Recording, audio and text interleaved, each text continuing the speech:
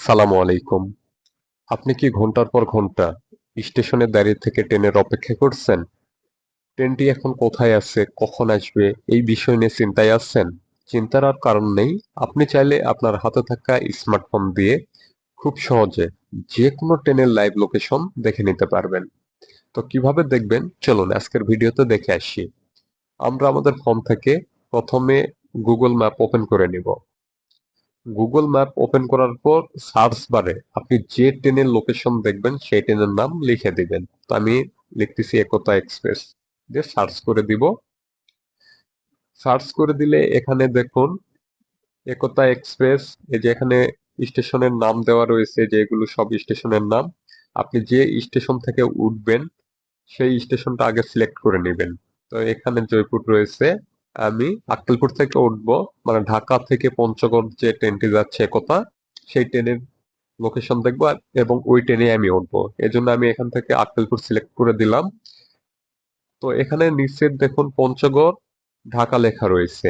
মূলত এই দুটা একতা এক্সপ্রেস ট্রেন, হ্যাঁ, একটা যাচ্ছে ঢাকা থেকে পঞ্চগড়ে, যেটা ঢাকা থেকে পঞ্চগড়ে যাচ্ছে সেটা হচ্ছে এই যে পঞ্চগড় লেখা রয়েছে। আর পঞ্চগড় থেকে ঢাকা যেটাতে আসবে সেটা এখানে ঢাকা লেখা রয়েছে।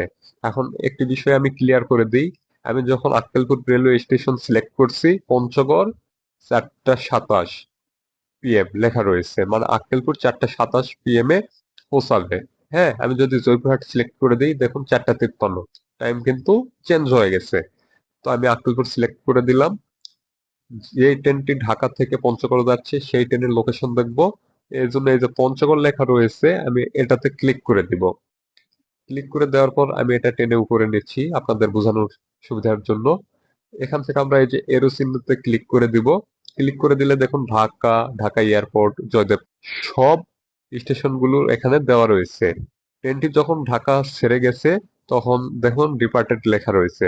আমি যদি স্ক্রল করে নিচে আসি আপনাদের একটু বোঝানোর স্বার্থে, এই যে দেখুন Ishwardi bypass railway station, departed লেখা রয়েছে। আর এই যে ছোট্ট করে ট্রেনের আইকন দেখা যাচ্ছে, আপনারা একটু লক্ষ্য করলে দেখবেন আইকনটি কিন্তু ধীরে ধীরে সামনের দিকে আসতেছে।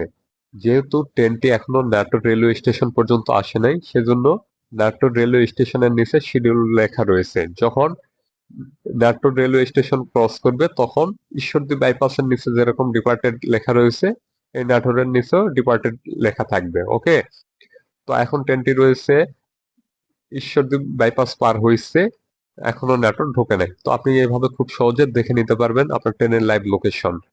আমি আক্কেলপুর থেকে উঠবো, এই যে আক্কেলপুরে পৌঁছাবে 4:27 PM।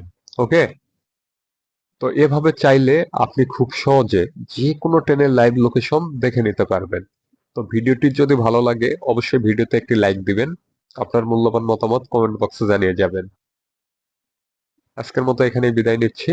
আবারও দেখা হবে পরবর্তী কোনো নতুন ভিডিওতে। সুস্থ থাকবেন, ভালো থাকবেন। আল্লাহ হাফেজ।